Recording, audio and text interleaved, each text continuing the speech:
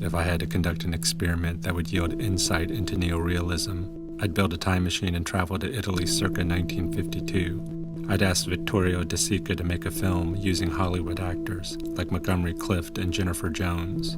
I'd then team de Sica up with a Hollywood producer, the kind that liked to impose his will and sensibility onto a film, someone like David O. Selznick. In bringing these two worlds of cinema together, I'd hope for a clash in sensibilities so great that it would result in two cuts of the same film, one by de Sica and the other by Selznick.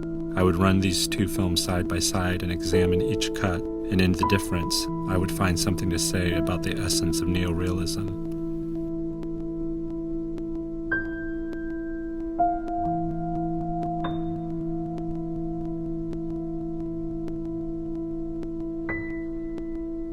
Both films start with a shot of a city, but Selznick not only tells you which city, but connects this city to the theme of love. Selznick's second shot shows a letter that spells out the central tension of the film.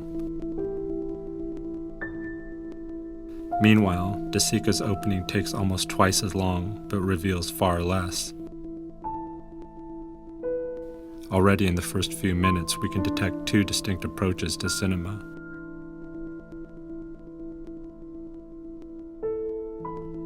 If we sync up some of the shots used in both versions, we can more clearly see the difference in approach.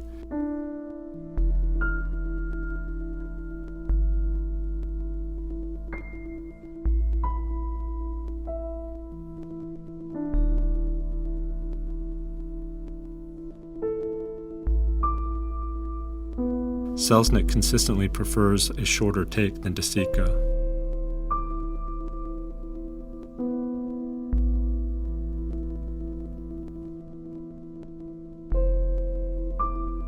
For Selznick and most of Hollywood, the act of walking needs only to be implied, not endured.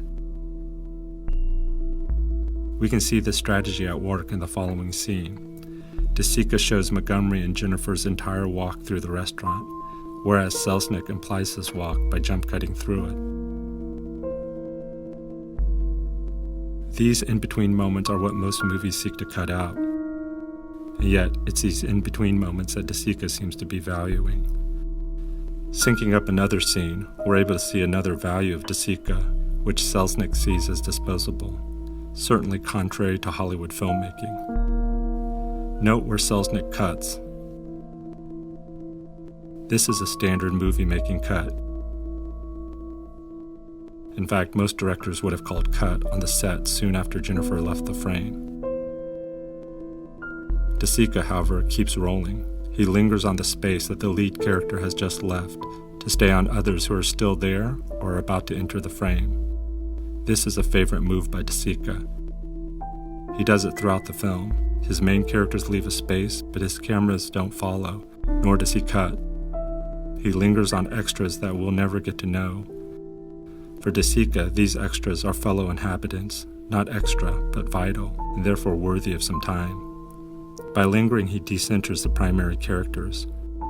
Selznick has cut almost every one of these lingering moments out. Lingering on those who add nothing to the story is considered excessive, or even worse, a distraction, derailing the plot or drawing attention away from the stars. It is an unnecessary diversion, like this wedding passing by, which he also cut out.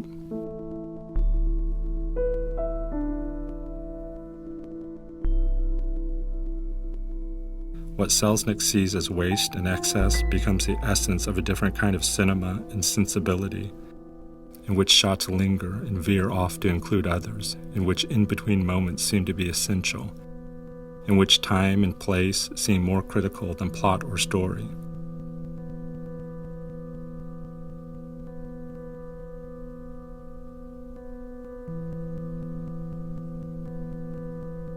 To ask what is neorealism is to ask, what is cinema?